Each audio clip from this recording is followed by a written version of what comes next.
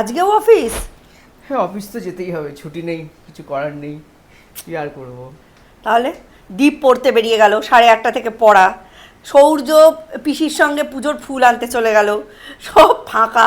আমি ফাঁকা বাড়িতে কি করব? আরে সবাইকে শুভ নববর্ষ বলে দেবো, শুভ নববর্ষ সবাইকে। হ্যাঁ। আর চলে আসবো, তাড়াতাড়ি চলে আসবো, এসে রাত্রেবেলা ডিনারটা অন্য কোথাও করে আসবো আজকে। তাহলেই আমাদের নববর্ষ পালন হয়ে যাবে। যারা প্রাইভেট সেক্টরে কাজ করে তারা কিন্তু নববর্ষ মাঝরাতেই পালন করে, কিছু উপায় নেই তো, ছুটি থাকে না তো। ও ঠিক আছে, ছুটি না থাকলেও হবে। পয়লা নববর্ষ এবার বলো কোন বছর পড়লো? আর দেখেছি সকালে উঠে, এটা প্রতি বছর আমার, মানে এবারে হয়েছে 1432। হ্যাঁ। সকালে উঠে অনেকে হোয়াটসঅ্যাপে মেসেজ পাঠিয়েছে না, আমি ওটা পয়েন্ট আউট করে দেখেছি কোন বছর পড়লো এটা। 1432 সালের পয়লা বৈশাখ। হ্যাঁ, তাহলে 1432 সালে সবাইকে শুভ নববর্ষ বলে অফিস বেরিয়ে যাচ্ছি, পরে আবার দেখা হবে। ঠিক আছে, চলো, রাতের কথা রাতে ভাবা যাবে। হ্যাঁ।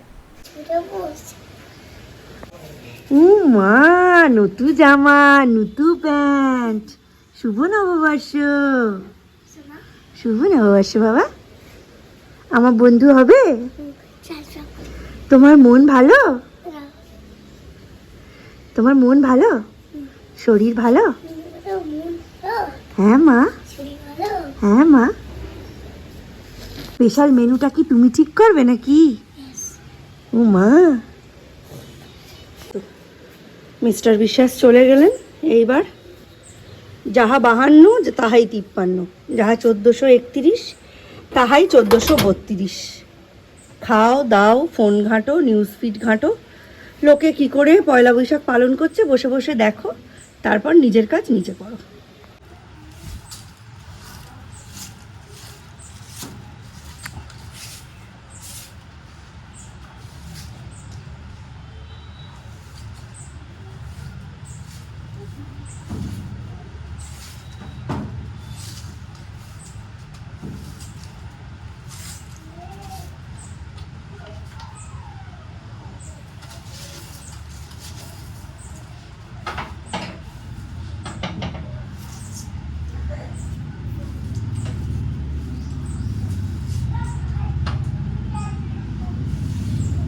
কালকে একটা ভয়ঙ্কর দুর্ঘটনা ঘটে গেছে, ওই জন্য কালকে আমরা আর গাজন বা চড়কের মেলায় যেতে পারিনি।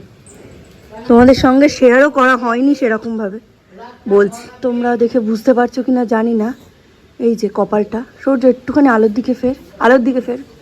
হ্যাঁ, এই যে দেখেছো কিরম ফুলে আছে, আর এখানে কিরম কেটেছে। কালকে কি করে কাটলো একটু বলে দাও।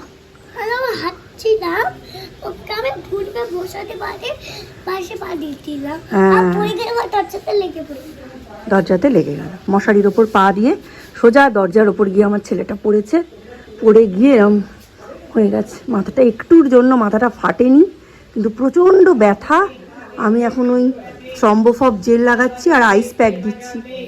1 2 3 4 5 6 7 8 9 10 এটার জন্য কিছুই না, জাস্ট পয়লা বৈশাখটাকে বাঙালি মতে সেলিব্রেট করব, তো সেই জন্য একটু পুজো দেওয়াটা জরুরি।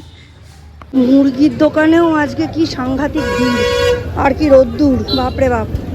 জবার মালা আছে গো, একটা গেঁথে দিও তো ভালো দেখে, আর 20 টাকার ফুল টুল দিয়ে দিও।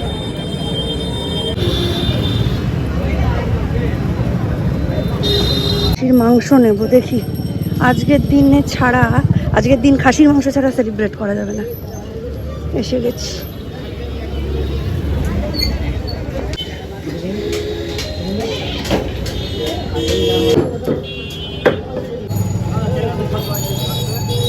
খাসির মাংস আর চিংড়ি এই দুটো বাড়িতে রেখে পুজোর বাজার করতে যাব, তারপর স্নান সেরে সৌর্যকে নিয়ে একটু সামনের মন্দিরেই পুজো দিয়ে আসবো। শুভ নববর্ষ। তাতে কি হয়েছে, তাতে কি হয়েছে, ওর বাবার তো ছুটি নেই, সে তো বেরিয়ে গেছে। আর এখন সৌর্য বাড়িতে একা, দীপ পড়তে চলে গেছে, কারোরই তো ছুটি নেই। বাবা, ওর তো ছোট থেকে, জন্ম থেকে। হ্যাঁ আমি ভালো আছো তো? আমার জান ভাই ভালো আছে? হুম ও যেতে পারো না আমাদের বাড়ি? ও তো দেখা হয়নি সেদিন, ওই যে নীলের দিন তো দেখা হয়নি ওর সাথে, ও তো রোজই পড়া থাকে, এখন বহুত পড়ার চাপ হয়ে গেছে ওর। হ্যাঁ আমি পুজোর বাজারটা করতে যাবো। হ্যাঁ আর এই সন্দেশ দিয়ে দিও তো 4টে। বছরের এই প্রথম দিনে তোমাদের সকলকে শুভ নববর্ষের আন্তরিক প্রীতি, শুভেচ্ছা আর ভালোবাসা। প্রত্যেকে সংসারের প্রত্যেকটি মানুষকে নিয়ে ভালো থেকো, সুস্থ থেকো। দেখো স্নান টান করে রেডি হয়ে নিয়েছি, এই যে পুজোর সমস্ত ফুল মালা মিষ্টি সিঁদুর আলতা সব নিয়ে নিয়েছি। সৌর্যকেও রেডি করে একটু আমার বাড়িতে পাঠিয়েছি। চলো এবার পুজোটা দিয়ে আসি। তো রেডি হয়ে গেছে, এই যে আসছে। আসো আসো তাড়াতাড়ি আসো, পুজো দিয়ে আসি। আচ্ছা খোলো, খুলে আসো। জোর এরকম 2টো সেট কিনেছি, তোমাদের সঙ্গে তো আগেই শেয়ার করেছিলাম। এখন সৌর্য আমার সঙ্গে যাচ্ছে পুজো দিতে। নতুন জামাটা কেমন লাগছে সৌর্য? জন্মদিন, বিবাহবার্ষিকী বা এই নববর্ষ, এই সমস্ত দিনগুলোতে একটু পুজোটা না দিলে না মনটা শান্তি হয় না। সেই জন্যেই পুজো দিতে যাওয়া। 12টার সময় তো মন্দির বন্ধ হয়ে যাবে, ওই জন্য তাড়াতাড়ি করে যাচ্ছি। এমনিতেই অনেক দেরি হয়ে গেল, আসলে বাজার করে একা হাতে করা তো একটু দেরি হয়ে গেল। আর ওরাও কেউ ছিল না, দীপ এলো বাড়িতে, দীপকে বসিয়ে দীপকে টিফিন দিয়ে তারপরে এখন যাচ্ছি পুজো দিতে। ও আর এই জামাটা আমি আরামিয়া থেকে কিনেছি, 700 নিয়েছে, তবে আমার কিন্তু খুব একটা কোয়ালিটি ভালো লাগেনি। এটা আমি যদি নর্মাল মার্কেট থেকে কিনি 400-500 টাকায় আমি পেয়ে যাবো, নেওয়ার মতো কোয়ালিটি নয়। ওই নববর্ষে গায়ে নতুন কিছু ঠেকাতে হয়, সেই জন্য নেওয়া। চলো যাই। মন্দিরে কত ভিড় আজকে দেখো।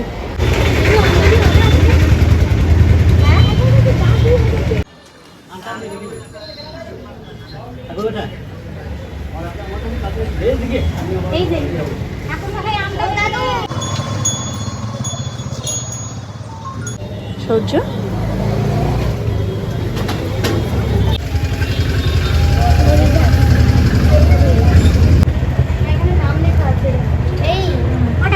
বাবু হয়ে বস।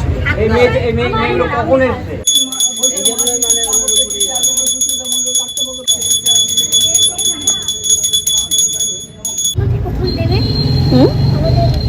এক্ষুনি হয়ে যাবে, ঠাকুরের কাছে বসো হাত জোর করে।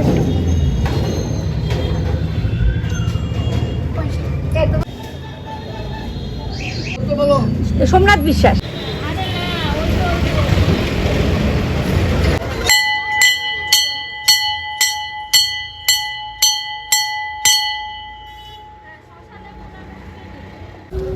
আমার দিকে তাকাও, এখন কোথায় যাবে? আম্মা বাড়ি। আর আমাকে ওটা হাতেরটা দেবে তো প্রসাদ? আমাকে বলবে প্রসাদ দিলাম। ভিড় কি ভিড়, আর ঠাকুরমশাই কানে তো খাটো, শুনতে পান না। যে ফার্স্টে আসছে কে লাস্টে আসছে দেখতেও পাচ্ছেন না। ফার্স্টের জনকে লাস্টে দিচ্ছেন, লাস্টের জনকে ফার্স্টে দিচ্ছেন। ওই জগা খিচুড়িতে উনি ভেবেছেন আমি অনেকক্ষণ গেছি, ওই ভেবে আমাকেও দিয়ে দিয়েছেন। ভালোই হয়েছে, আমার হয়ে গেল। এইবার শান্তি করে, আমি বাড়ির পুজো হয়ে গেছে আগেই, শান্তি করে এবার রান্নার দিকে যেতে পারবো। দুপুরের রান্নাটাই করবো, এখন আর রাতের রান্নার দিকে যাব না। এখন ম্যারিনেট করে রেখে দেবো মাটনটা, তাহলে রাতে বেশ জমিয়ে রান্না করা যাবে। আমাকে নমো করেছো? শুভ নববর্ষ বলে আমাকে নমো করতে হবে তো, কতবার বলতে হবে এই কথাটা?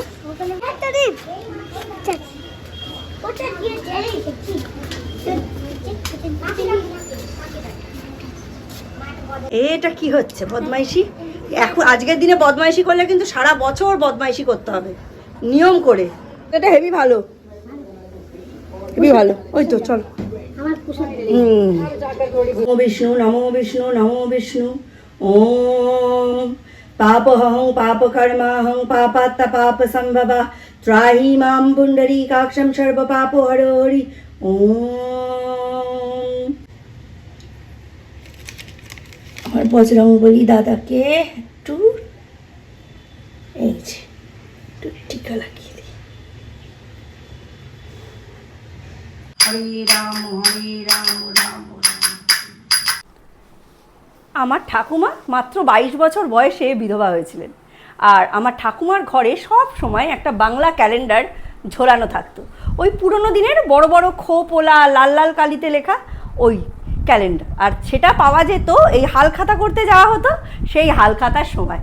এখন তো হালখাতার চল সেরম নেই, আর সোনার দোকানে হালখাতা, ভালো ভালো খাবার দাবার সবই প্রায় উঠে যেতে বসেছে। এখন মানুষ কতই বা সোনা বানায় আর কতই বা কী করে, এত দাম বেড়েছে, তবে শুনছি নাকি কমবে। যাই হোক, তখন ওই হালখাতা করতে গিয়ে ঠাকমা একটা করে গুপ্ত প্রেস মতে তৈরি ক্যালেন্ডার পেত, আর সেটা দেখেই ঠাকমা সমস্ত উপস্থাপন করতো আর সমস্ত কিছু একাদশী পালন টালন করতো। তো আমার না ওটা আমার মানে স্মরণে ছিল, এই যে সৌম্যকে দেখিয়ে নেট থেকে ডাউনলোড করে প্রিন্ট আউট বের করে এরকম একটা ক্যালেন্ডার আমি রেখেছি। সব সময় তো পঞ্জিকা খোলার টাইম হয় না, এটাকে মানে ভালো করে কেটে কুটে সব একদম বৈশাখ থেকে চৈত্র ভালো করে কেটে কুটে রেখে দেবো, তারপর পিন আপ করে রাখলে মাঝে মধ্যে এটা ক্যালেন্ডারের মধ্যে ইউজ করতে পারবো। সব সময় পঞ্জিকা খুলতে হবে না, শুধুমাত্র টাইমিং দেখার জন্য পঞ্জিকা, আর অন্য সময় ক্যালেন্ডার। দেখো বৈশাখ জ্যৈষ্ঠ, ইয়ে মা আমার বৈশাখ কোথায় গেল, সেরেছে রে, আছে আছে, হ্যাঁ ওই জ্যৈষ্ঠর নিচে চলে গেছে বৈশাখ। ক্যালেন্ডার রেডি করে ফেললাম, বাংলা গুপ্ত প্রেস মতে ক্যালেন্ডার, ঠিক যেরকম আমাদের বাড়িতে থাকতো, আমার বাপের বাড়িতে ঝোলানো, আমার ঠাকমার ঘরে সেই রকম।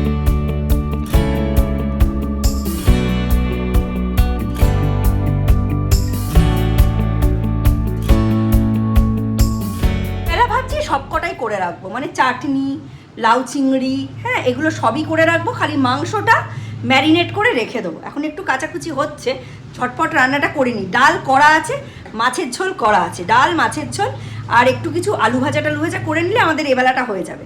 সুতরাং আলু ভাজা আর ভাত করে আমরা খেতে বসে যেতে পারবো, কিন্তু মাংসটাকে ম্যারিনেট করে রাখতে হবে, তাহলে ওবেলা মিস্টার বিশ্বাস আসার পরপরই মাংসটা স্টার্ট করে দেবো, আর ওনাকে আমরা সারপ্রাইজ দেবো। অ্যাকচুয়ালি উনি বলে গেছিলেন যে রাত্রিরে আমরা বাইরে কোথাও খেতে যাব, ওনার এটাই ইচ্ছে ছিল, কিন্তু নববর্ষের দিন বাড়ির বাঙালি রান্না ছেড়ে ওই বাইরে গিয়ে মোগলাই খেতে পারবো না ভাই, মানে মোগলাই খাবারের কথা বলছি না, মানে ওই বিরিয়ানি এই ধরনের খাবার দাবার, এটা অন্যদিন চলতে পারে, বাট আজকের দিনে অথেন্টিক বাঙালি। লিখতে ভুলে গেছি, 50 কাজু আর 100 কিশমিশ, ভাঙা কাজু, হ্যাঁ গোটা না, মেনশন করে দিবি আগেই, গোটাটাই ঢুকিয়ে ফেলে না, আমাকে কোনোদিনই জিজ্ঞেস করে দেয় না, আমাকে প্রত্যেক দিন ঢুকিয়ে দেয়, মানে প্রতিদিনই তোকে বলতে হবে চান করেছিস চান করেছিস, আর এই বছরের প্রথম দিন বলা মানে সারা বছর আমায় বলতে হবে।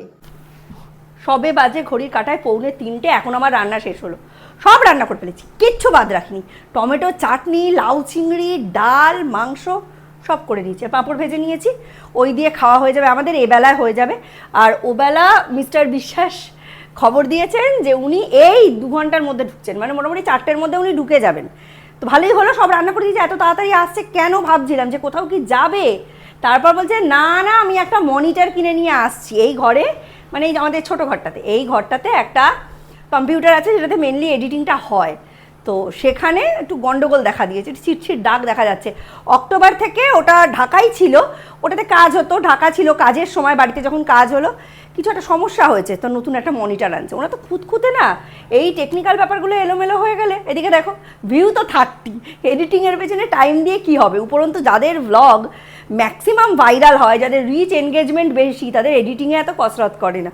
মিস্টার বিশ্বাস আমরা যেরকম ভাবে এডিটিংয়ের ওপর জোর দিই, ওরকম কমই লোকে জোর দিয়ে ভিডিও বানায়। অ্যাকচুয়ালি শখে ভিডিও বানানো আর প্রয়োজনে ভিডিও বানানোর মধ্যে অনেক তফাৎ। আমরা ওই গার্হস্থ্য হিংসা, ঝগড়া, ব্যাগ ছুঁড়ে ফেলে দিচ্ছে, স্বামী স্ত্রীর মধ্যে কেলাকেলি, এসব তো দেখাতে পারি না, ওই জন্য আমাদের রিচ এনগেজমেন্ট কম। আসলে এখন মানুষও না নোংরামির দাস হয়ে গেছে, যেখানে ইউটিউবে নোংরামি সেইখানে সব ফ্যামিলির মধ্যে কেচ্ছাগুলোকে বিক্রি করে তারপর হচ্ছে। ইউটিউবটা এরম ছিল না জানো, এই 6 মাস ধরে এরম দেখতে দেখতে মানে ঘেন্না ধরে গেল একেবারে। এদিকে মাছের ঝোল ফুটছে, এদিকে ডাল ফুটছে, ব্যাস এই হচ্ছে দুপুরের খাবার। দুপুরে বেশি তড়িজুত করিনি, তো ছেলেপুলেদের তাড়া মারতে মারতে অবস্থা শেষ। যে ডাল, পাঁপড়, টমেটোর চাটনি, আর এর নিচে এইটা দিয়ে ঢাকা দিয়ে রেখেছি এই যে লাউ চিংড়ি। আমাদের ছোটোবেলায় এই নববর্ষের দিনটা একদম অন্যরকম ছিল, হালখাতা প্রচুর করতাম, খুব মজাও হতো, আর মেন ছিল ও কার ধার কার বাকি ওসব বাদ দাও, কি মিষ্টি পাওয়া গেল, এটা ছিল মেন। আর সকালবেলা ঠাকমা নিম পাতা আর কাঁচা হলুদ বেটে মাখিয়ে দিত সারা গায়ে, তারপর আমরা স্নানে যেতাম। আমার বাড়ি তো দেখেছো বুড়ো শিবতলার কত কাছে, আমি কি করতাম, আমরা সব ভাই বোনেরা ওই নিম পাতা আর কাঁচা হলুদ বাটা মেখে গঙ্গা স্নান করে এসে বুড়ো শিবতলায় পুজো দিতাম, দিয়ে আমরা ভগবতী পুজোয় বসতাম। বাড়ির বউরা সব ওই লাল পাড় সাদা শাড়ি পরে ভগবতী পুজো করতো। গরুর মধ্যে 33 কোটি দেবতা, আর তখনকার অর্থনৈতিক যা চিত্র ছিল, গরুই সব, গরুর দুধ দিয়ে মিষ্টি ঘি সবই তৈরি হতো। তখন তো এত বাটারের প্রচলন ছিল না, ওই ঘি মিষ্টি, তখন গরুই সব। প্রত্যেক বাড়িতেই গোয়াল থাকতো, আমাদের বাড়িতেও ছিল। সরস্বতী ছিল, লক্ষ্মী ছিল, দুর্গা ছিল। সন্তান সন্ততির নামও যেমন মানে ঠাকুর দেবতার নামে রাখা হতো, বাড়ির গরুর নামও ঠাকুর দেবতার নামেই রাখা হতো, যাতে তাদের ডাকতে গিয়ে একটু ইষ্টনাম জপ হয়ে যায়। হ্যাঁ, তো ওই গরুর পুজো হতো গোয়াল ঘরে, ওই নবপত্রিকা সাজিয়ে সুন্দর করে মানে ঘট বসিয়ে আলপনা দিয়ে, চালের গুঁড়ো দিয়ে, চালের পিটুলি দিয়ে আলপনা দিয়ে ভগবতী পুজো হতো। তারপর জায়গায় জায়গায় সব নগর সংকীর্তনে বেরোতো, তাদের পয়সা দেওয়া হতো, মজাই অন্যরকম ছিল। এখন মানে নববর্ষ মানে ওই বাড়িতে খাসির মাংস খাও, নয়তো হোটেলে গিয়ে ওই বাঙালি থালি খাও, বাঙালি থালি, সেই 1000, 1500, 2000 টাকার বাঙালি থালি, যেগুলো আমরা রোজই বাড়িতে খাই, 1000 টাকার বেশি খরচ হয় না, সেইরকম বাঙালি থালি কিনে খাও। এই হচ্ছে বাঙালিয়ানা। অর্ধেক লোককে বাইরে বেরিয়ে জিজ্ঞাসা করলে বলতেই পারবে না যে এখন কোন সাল পেরিয়ে কোন সালে পড়েছে। কাজে লাগে না তো, কাজে লাগলে মানুষ মনে রাখে। তো আজকের মতো জিনিয়ার হোটেলে তালা। আজকে কি রান্না করেছি বলো তো? চিংড়ি। এত ভালো মা তুমি কোনো দিনও পাওনি। আর এখন আর কি বলো তো? ডাল, পাঁপড় ভাজা, চাটনি। তুমি খুশি মা? নববর্ষের খাওয়া দাওয়া, আর একটু পরেই বাবা চলে আসবে, আরও মজা। 2 আওয়ার পরে আর বাবা চলে আসবে আজকে, ওই জন্য আজকে দুপুরে ঘুমানোর ছুটি। ফোন দুপুরে ফোন। কিন্তু শোনো, আমার একটা কথা আছে, শোনো, কিন্তু একটা কথা তোমাকে মানতে হবে, ঠিক আছে? সেই কথাটা হচ্ছে আজকে কিন্তু একবার হলেও সব বই পড়তে হবে, একটু রিডিং দিতে হবে। কারণ আজকে তো নববর্ষ, আজকে না পড়লে সারা বছর পড়াশুনো হয় না, তখন তুমি ফেলুদা হয়ে যাবে, তখন তো আমার কষ্ট হবে। তাহলে তুমি পড়ে নিও, তাহলে তুমি ফেলুদা হবে না। আমার তো বই নেই, আমি আর কি পড়বো বলো? ঠিক আছে, একবার করে প্রতিটা বই পড়ে নেবে। দাদাকেও বলে দাও, দাদা সব বই একবার করে পড়ে নেবে, নইলে ফেলুদা হবে। ফেলুদা হবে, ফেলুদা। দরজা খোলা।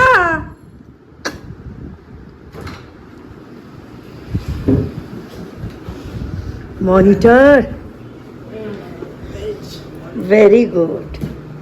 আমি জানতাম তোর বাবা যখন একবার বলা শুরু করেছে তখন না কিনে যাবে না। দেখ দীপ কিরম লাগছে, বড় স্ক্রিন।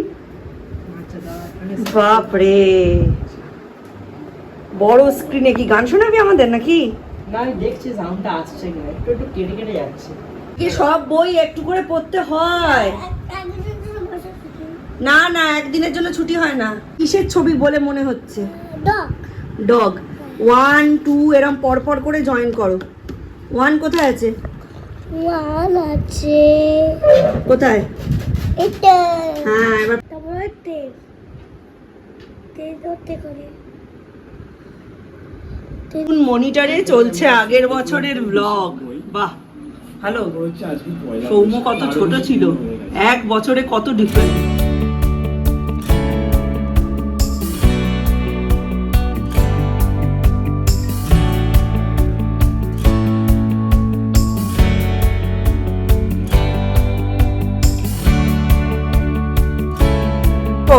সকালে বলছিলে হোটেলে খাবে, ওরে বাবা, হোটেলে অনেক রান্না এরকম করেছো। থালি পেতে নাকি? না, এরকম থালি হোটেলে পাওয়া যাবে না। মানে হ্যাঁ, পয়লা বৈশাখ মানে যে বাঙালিয়ানা খাবারটা, এখানে এটা রয়েছে হোটেলে পাওয়া ভাত, যায় না। ঠিক আছে, এটা হচ্ছে মুগের ডাল, আর এটা হচ্ছে খাসির মাংস, আর তার সাথে যে জিনিসগুলো ওগুলো হচ্ছে আমার অ্যাডিশন। এখানে রয়েছে কাঁচা পোস্ত বাটা, এখানে রয়েছে লাউ চিংড়ি, আর রয়েছে বেগুনি, তার সাথে টমেটোর চাটনি, আর শেষ পাতে এই যে দই আর মিষ্টি। মানে এই খাবার তো হোটেলে হারগিজ পাওয়া যাবে না। মানে সত্যি কথা বলতে নববর্ষ মানে কিন্তু বাঙালির এই খাবারগুলোই। অন্য হোটেলের ওই বিরিয়ানি হ্যান ত্যান ওইসব ভালো লাগে না, অবশ্যই খাবার নয়। আমি কিন্তু খুব খুশি হয়েছি, তুমি যে সারাদিন ধরে বানালে আমার জন্য। হ্যাঁ, দারুণ হয়েছে, এবার খাবো, খুব ভালো হয়েছে।